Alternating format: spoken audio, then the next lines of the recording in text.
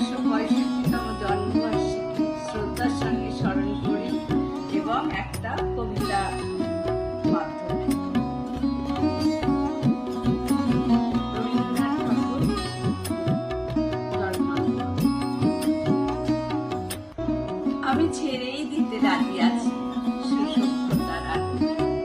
আমি চাই না হতে নববঙ্গে নবযুগের চালু। আমি নাইবা গেলাম বিলাত, নাইবা পেলাম রাজার খিলাফ।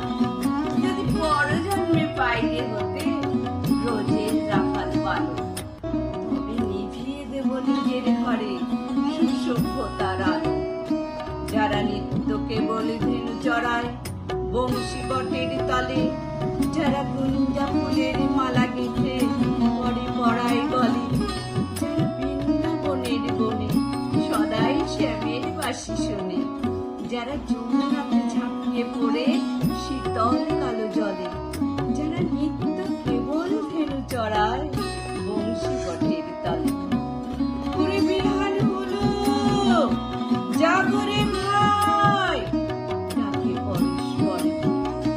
ওই যে দধি মন্থ ধ্বনি উঠল ঘরে ঘরে।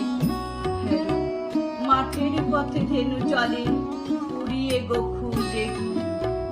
আঙিনাতে ব্রজের বধূ ডুবতো ডুবু করে।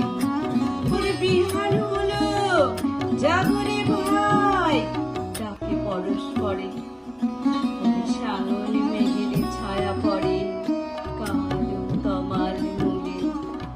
ওরে এপার ওপার আধার হলো কালিন্দের ফুলে।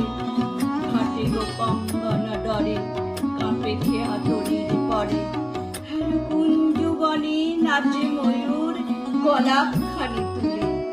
পুরো সামন মেঘের ছায়া পড়ে কালো তমাল মূলে। মোরা নবনবীন ফাগুনে রাতে নীল নদীর তীরে। কোথা যাব চলি অশোক বনে শিখি পুঞ্জ শিরে।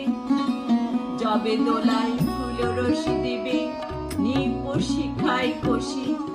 যবে দক্ষিণ বায়ে বাঁশির ধ্বনি উঠবে আকাশ ঘিরে।